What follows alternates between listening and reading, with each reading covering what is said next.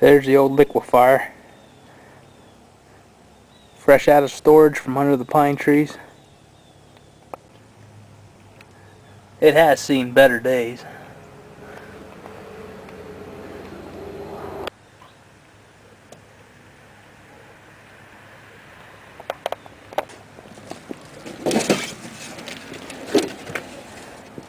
The old engine was pretty much destroyed when somebody tried to run it without the oil injection, and the oil pump drive pretty much destroyed itself. And just like that, she's all back together. It's about time Barn Fresh Racing had a John Deere in the fleet. I kind of missed a good portion of the build for video because I was getting it ready for a hill climb race, and we just barely got it together and running in time.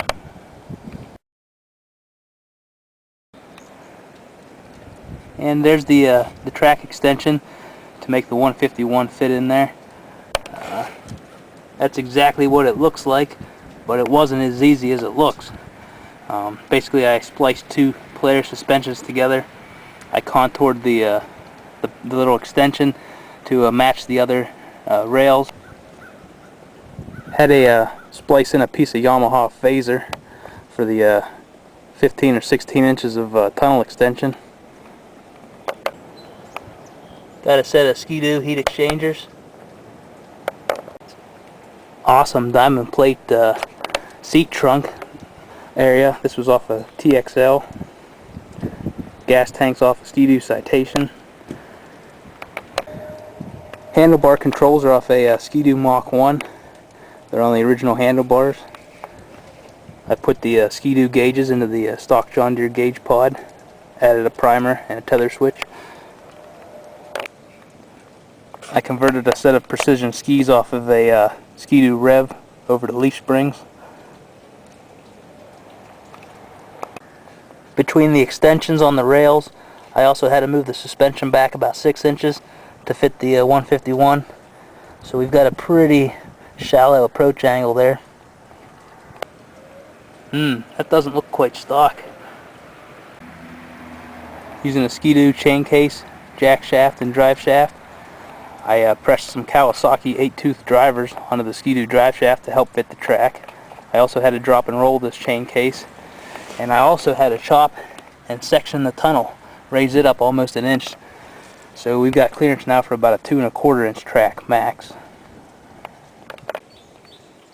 The engine is from a 93 Ski-Doo Mach 1. Same with the pipe. The muffler was the cheapest glass pack I could get from Summit Racing. It was like $11. I just welded it and cut it to fit. It was a very tight fit, getting everything to fit into here. The carburetors just barely clear the tunnel, and they're actually sitting at too much of an angle, so I had to readjust the floats in them. Running some Ski-Doo clutches that I sourced, along with the Polaris belt. Since this is a Liquifire, it needed some flames. That belt guard's off of 1980 Arctic Cat Panther. The motor is bolted into a TX340 motor plate.